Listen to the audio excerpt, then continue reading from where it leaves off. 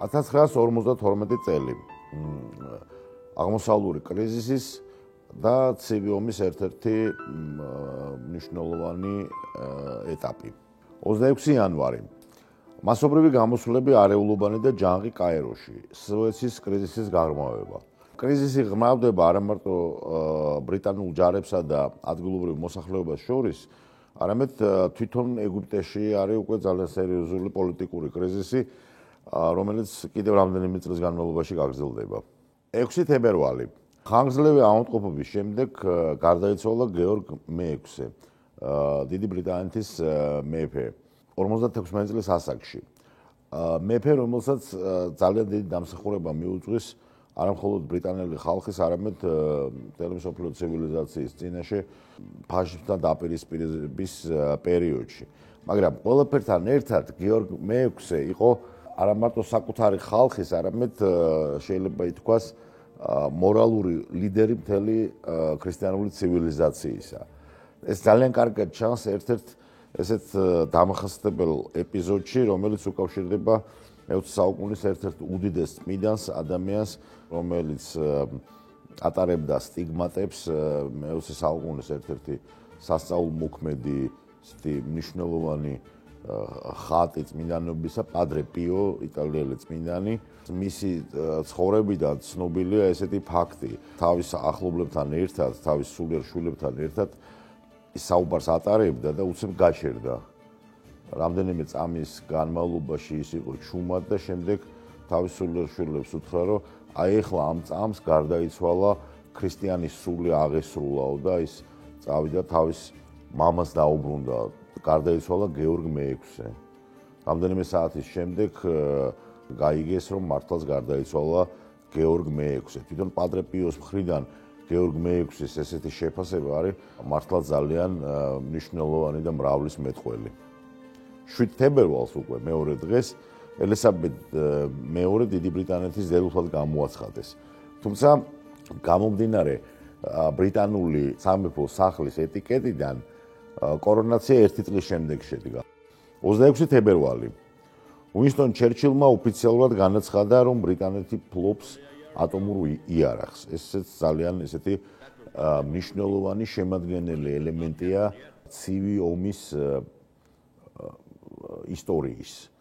ცივი ომი, რომელსაც თავის საკუთარი ისტორია აქვს, ერთ-ერთი მნიშვნელოვანი ესეთი სუბიექტი ხდება ბრიტანეთი. რატომ? იმიტომ რომ პოლიტიკური მანევრების საშუალებას იძლევა, როდესაც ქვეყანა ფლობს ატომურ იარაღს. ამ მხრივ უინსტონ ჩერჩილის მხრიდან ასეთი განცხადება ნიშნავს, რომ ბრიტანეთი არის ჩართული აი ამ ძალიან მნიშვნელოვან პოლიტიკურ პროცესებში.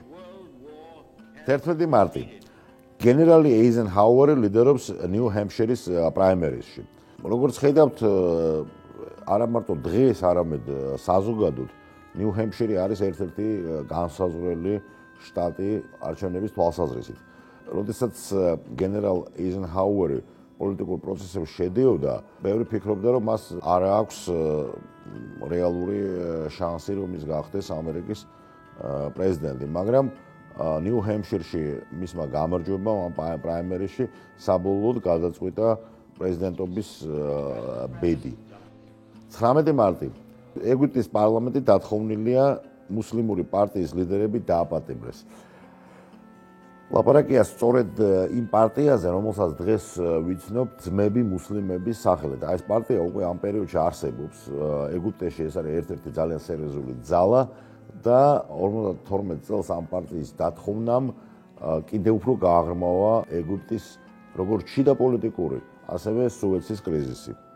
4 აპრილი ჰააგის ტრიბუნალმა გერმანიას ისრაელის სარეპარაციოდ $3 მილიარდი დააკისრა. ეს არის პირველი ესეთი სერიოზული რეპარაცია, მაგრამ ეს არ არის ბოლო რეპარაცია, ესეთი ტიპის რეპარაციები გაგრძელდება.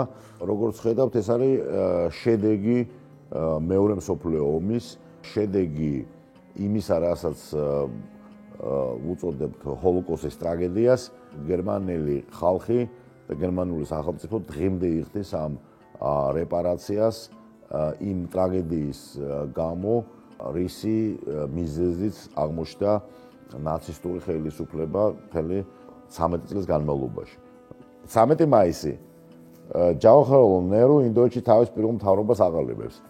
ნერუ იყო არა უბრალოდ პოლიტიკური ფიგურა, ეს არის ძალიან მნიშვნელოვანი ამისი გასაგზეგანება, არამედ იყო ინდური კულტურისა და ინდოელი ხალხის სულიერი ლიდერი.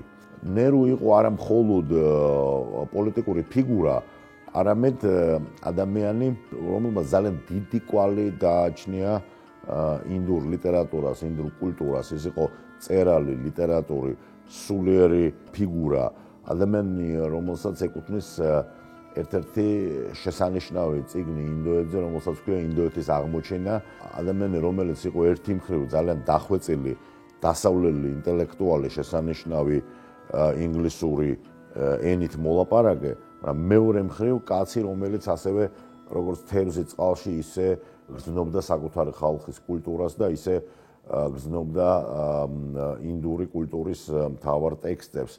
23 ივლისი დაიწყო რევოლუცია ეგვიპტეში. ეს არის სრულიად ლოგიკური შედეგი იმ მოვლენებისა, რაც ვითარდება მთელი 2 წლის განმავლობაში. ეგვიპტე მოიცვა როგორც შიდა, ასევე საგარეო კრიზისმა, სუეცის კრიზისი და შიდა პოლიტიკური კრიზისი გადაიზარდა რაღაც ერთიან მოძრაობაში, მოიცვა ფაქტობრივად ყველა ფენა, აქედან გამომდინარე ამას მეორნაირად ზაფხულის რევოლუციასაც უწოდებენ, ან ივლისის რევოლუციასაც, რომელიც რამდენიმე თვის განმავლობაში გაგრძელდა. გაგრძელდა არა მხოლოდ ზაფხულის, არამედ მთელი წლის განმავლობაში და მხოლოდ ფაქტობრივად დასრულდა მაშინ, როდესაც ნასერი მოვიდა ხელისუფლებაში და როდესაც დაიწყო ახალი პერიოდი ეგვიპტის პოლიტიკური ისტორიისა, რომელსაც შეიძლება დავარქვათ ნასერის სტაბილიზაციის პერიოდი. 5 ოქტომბერი მოსკოვში გაიხსნა კომუნისტური პარტიის 19 ყრილობა. როგორც შემდეგ ისტორია გვიჩვენებს, ეს იყო ბოლო ყრილობა, რომელსაც სტალინი ესწრებოდა, თუმცა ძალიან მნიშვნელოვანი მომენტი. მთავარი სიტყვა, ეგრეთ წოდებული ცენტრალური შემაჯამებელი სიტყვა წარმოთქვა არა სტალინმა, რომელიც გენერალური მდივანი იყო თავისი სიცოცხლის ბოლომდე, არამედ მალენკოვმა, რითიც ძალიან კარგად გამოჩნდა, რომ სტალინი მალენკოვს ამზადებს როგორც თავის მემკვიდრეს. 4 ნოემბერი ამერიკის შეერთებული შტატების არჩევნებში გაიმარჯვა ეიზენჰაუერმა, გენერალმა ეიზენჰაუერმა და ეს გამარჯვება ძალიან კარგად გამოჩნდა ნიუ-ჰემპშირის პრაიმერიში. როგორც წესი, ვინც იგებს დამაჯერებლად ნიუ-ჰემპშირის პრაიმერის, იგი ხდება ამერიკის პრეზიდენტი. 2016 წელს ზუსტად ისეთივე ისტორია დატრიალდება, ოღონდ გენერალი ეიზენჰაუერის მაგრად იქნება ბიზნესმენი დონალდ ტრამპი. 5-9 დეკემბერი დიდი სმოგი ლონდონში. ეს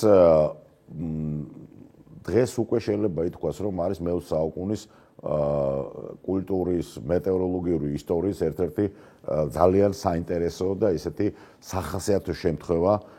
სხვათა შორის თვითონ ლონდონის ცხოვრებლებს დიდი შოკი არ ქონიათ ამისაგან, იმიტომ რომ ისედაც მიჩვეულნი არიან ნისლი ლონდონისათვის აბსოლუტურად ისეთი ჩვეულებრივი მოვლენა, მაგრამ დიდმა სმოგმა ამ თვალსაზრისით ყოველგვარ მოლოდინს გადააჭარბა. მაგრამ ყველაზე საინტერესო არის ის, რომ ეს დიდი სმოგი შემდეგ აისახება როგორც მხატვრულ ლიტერატურაში, ასევე კინემატოგრაფში ძალიან საინტერესოდ, ეს გახდება რაღაც გარკვეული თემა, მთელი რიგი ფილმებისა, სიუჟეტები გათამაშდება სწორედ აი დიდი სმოგის, თუ შეიძლება ასე ითქვას, ქრონოტოპოსში.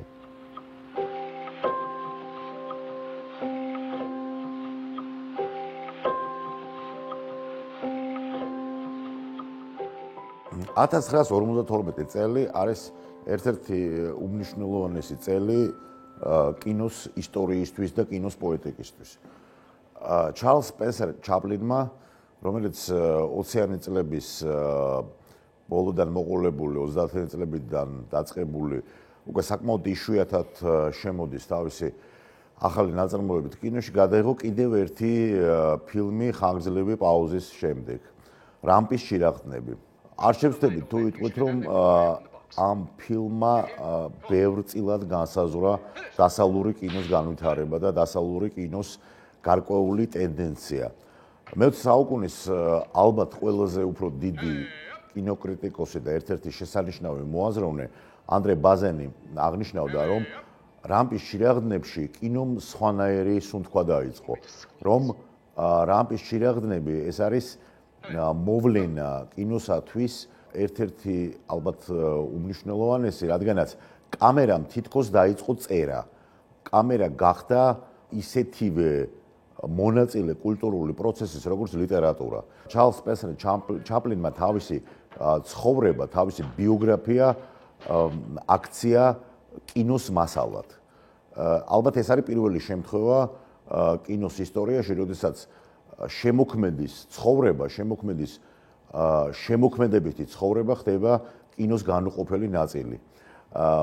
სწორედ ამ ფილმის მერე ინგმარ ბერგმანი, ფედერიკო ფელინი, შემდეგში უკვე ანდრეი ტარკოვსკი იწყებენ განაზრებას, ასევე ლუკინო ვისკონტიც განაზრებას შემოქმედის საკუთარ ბიოგრაფიაზე, ავტობიოგრაფიაზე, მაგრამ აი ეს ავტობიოგრაფიული წერა, როდესაც კამერა თითქოს ხდება კალამი, არის სწორედ აი პირველი შემთხვევა, როგორც ბაზენი მიუთითებს და ის ნამდვილად არ ცდება რამპის შირაღდნები. რამპის შირაღდნებში არის საოცარი ლირიზმი, საოცარი ნაღველი, ერთი მხრივ წარუმატებლობისა და მარგინალურობის საოცარი განცდა, ილუზიონისტი, რომელიც ერთ დროს იყო ძალიან წარმატებული და ძალიან ცნობილი, ხდება აბსოლუტურად მარგინალური და აი ამ დროს, აი ამ გარიყული ადამიანის ცხოვრებაში ჩნდება ის, რაც ალბათ არის ყველაზე უფრო ქრისტიანული და ყველაზე უფრო მნიშვნელოვანი თანაგრძნობისა და თანალმობის მომენტი. ჩაპლინი აღწევს ამ საოცარ ფილმში საოცარ სულიერ სიმაღლეებს. ერთი მხრივ ასეთი წარმატებული ბიოგრაფია ხდება თითქოს მისი ეს მეორე ნაწილი, აი ალტერნატიული ნაწილია, მისი ალტერნატიული ბიოგრაფია, მისი ღრმა ნაღველი იმის გამო, რომ წავიდა აი ეს ძველი კინო, სადაც მას ყველაფერი შეეძლო და დღეს კინო არის სხვანაირი, სადაც მას შეიძლება ყველაფერი არ შეუძლია, მაგრამ შეუძლია რა? შეუძლია შემოიტანოს თავის საკუთარი ცხოვრება, გააშიშვლოს საკუთარი თავი და ამ საკუთარი თავის გაშიშვლებით დაგვანახოს რა არის ადამიანური სულიერების სიღრმე. აი ეს ექსისტენციალური სიღრმე, ის ექსისტენციალური ნაღველი, რომელიც არის თითოეულ ადამიანში. ამ აზრით, რა თქმა უნდა, რამპის შირაღდნები არის გარკვეული აზრით მიუწვდომელიც კი. მიუხედავად იმისა, რომ შემდეგში არაერთი დიდი კინორეჟისორი მიმართავს საკუთარ ცხოვრებას, როგორც კინო მასალას, ჩაპლინი ამ თვალსაზრისით აღმოჩნდა პიონერი და გზის გამკვალავი.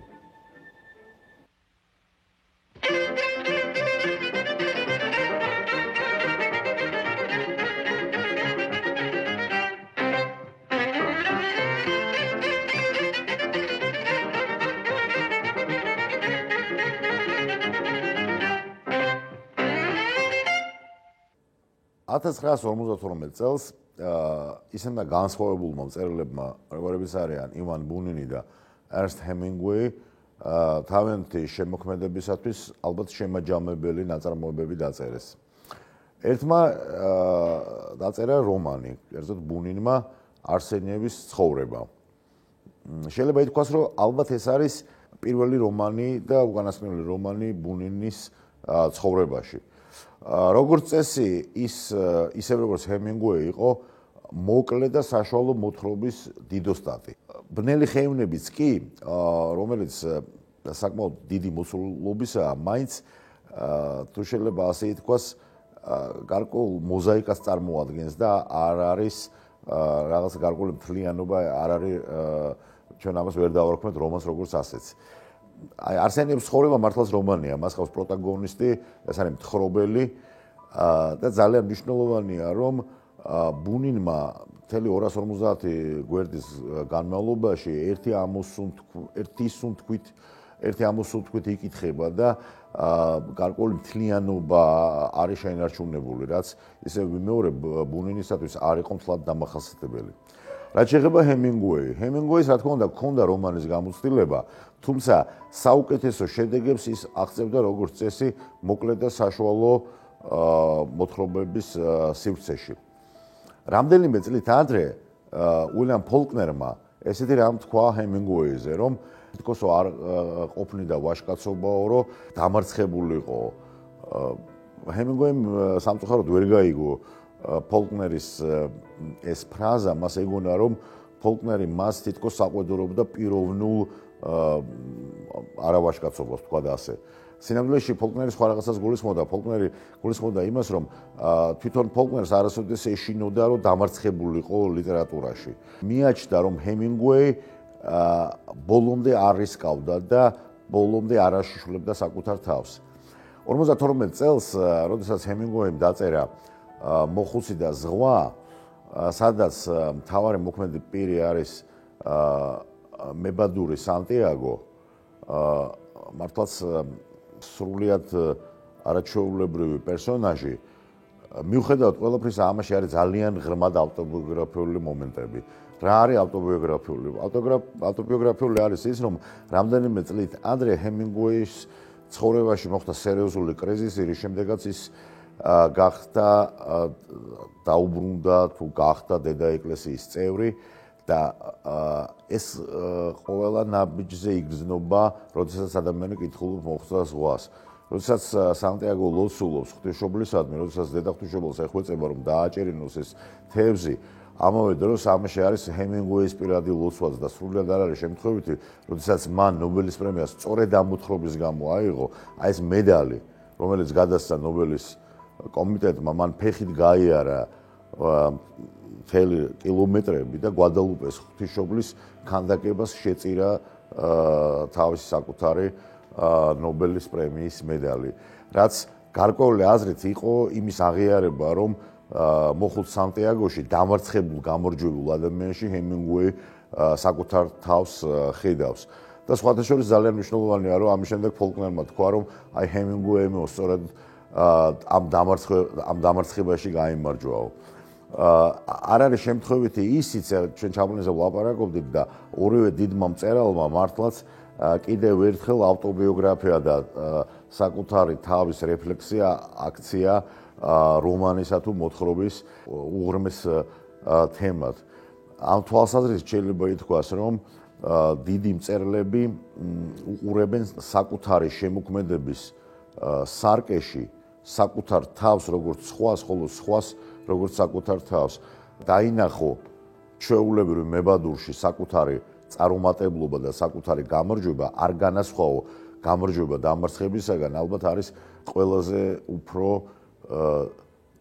დიდი შემოქმედებითი წარმატება ეს, რაც შეეხება ჰემინგუეის. რაც შეეხება ბუნინს, ბუნინი თითქოს აი ამ არსენიევის ცხოვრებაში უბრუნდება საკუთარ ოქროს ბავშვობას, აი ოქროს ხანას, სამოთხეს, რომელსაც ესრაფის თითოეული ადამიანი და რომანი ისე არის აგებული, რომ ისტორიული ხდომილებებიც კი ვერ ანგრევენ აი ამ პირველადი შთაბეჭდილებების, ბავშვობის პირველადი შთაბეჭდილებების ჰარმონიას. ბოლშევიკებიც კი, რომლებიც რაღაც მომენტში იჭრებიან რომანის ქსოვილში, რეალურად ვერაფერს ვერ უშვებიან აი ამ პირველად ჰარმონიას. ნაწარმოები თითქოს ისტორიულ დროში კი არ ვითარდება, არამედ იმ ოქროს ხანაში, რომელსაც თანამედროვე ადამიანისთვის ტოლსტოიდან დაწყებული ბავშვობა წარმოადგენს.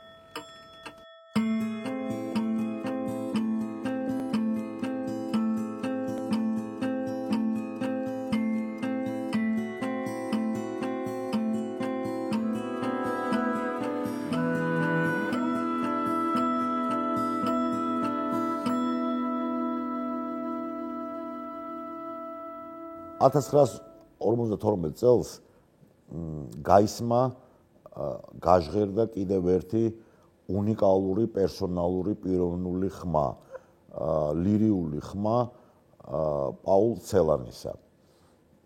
1952 წელს გამოვიდა ამ მართლაც გენიალური პოეტის კრებული, რომელსაც ქვია გერმანულად Mond und Gedächtnis, ქართულად ეს შეიძლება ითარგმნოს როგორც ყაყაჩო და ხსოვნა. ამ კრებულში არის ისეთი შედევრები, როგორებიცაა კორონა, მანდორლა, განსაკუთრებით მნიშვნელოვანია ლექსი, რომელიც დღემდე რჩება ცელანის ალბათ ყველაზე უფრო მნიშვნელოვან პოეტურ ნაწარმოებად, რომელსაც ეწოდება თოდეს ფუგე, სიკვდილის ფუგა. ძალიან საინტერესოა, როგორ დაიწერა ეს ლექსი. თვითონ ცელანი თავის ავტობიოგრაფიულ ჩანაწერებში ამბობს, რომ როდესაც ის კითხულობდა გაზეთ „იზვესტიას“ და ის ძალიან ბევრ ენას ფლობდა, ასევე შესანიშნავად იცოდა რუსული, გადააწყდა ესეთ ფაქტს.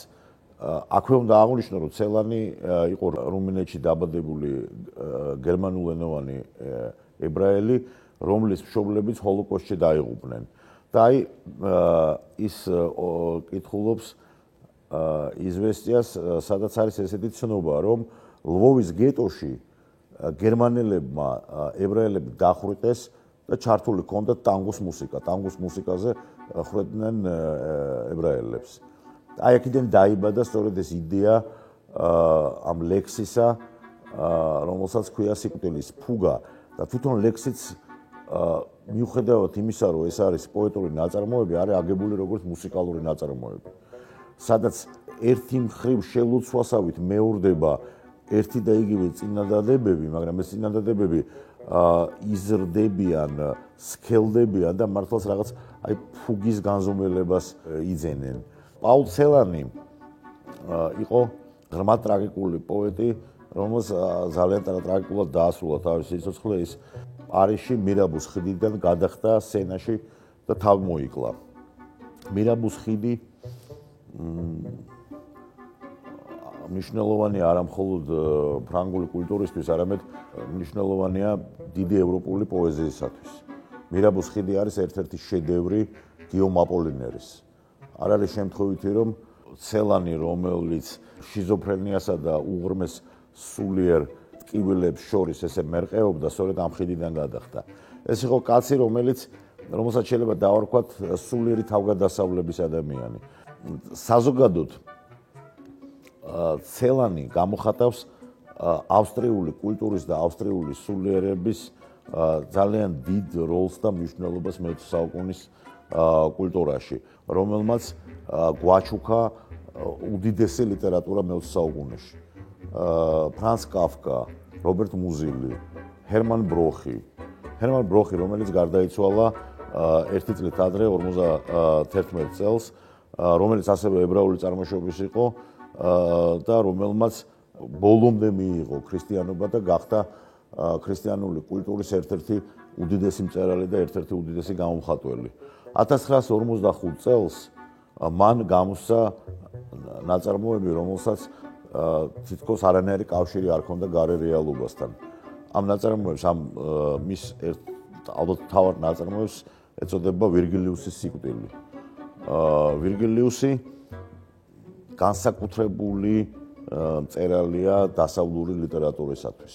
დასავლურ კულტურაში არის ესეთი გავრცელებული ლეგენდა, რომ ვირგილიუსი, რომელიც იყო კლასიკური ლათინური პოეზიის უდიდესი წარმომადგენელი და რომელიც გარდაიცვალა ქრისტემდე ავგუსტუსის პერიოდში, რომ ის იყო ქრისტეს წინასწარმეტყველი. ვირგილიუსი ამბობს შემდეგ ესეთ ფრაზას, რომ დადგება ოქროს ხანა, როდესაც ქალწული შობს ყრმას, მაცხოვარს, რომელიც იქნება ახალი დროის მაუწყებელი.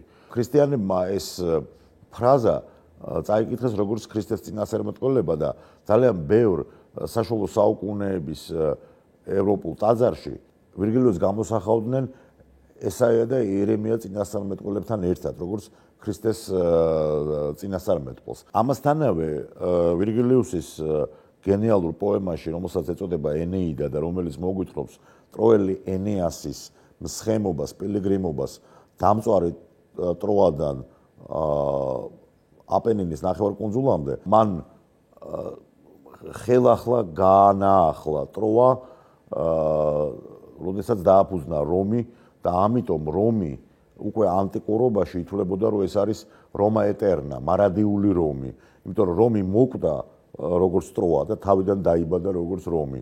რომანი ვირგილიუსის სიკვდილი ეძღვნება ვირგილიუსის აგონიას.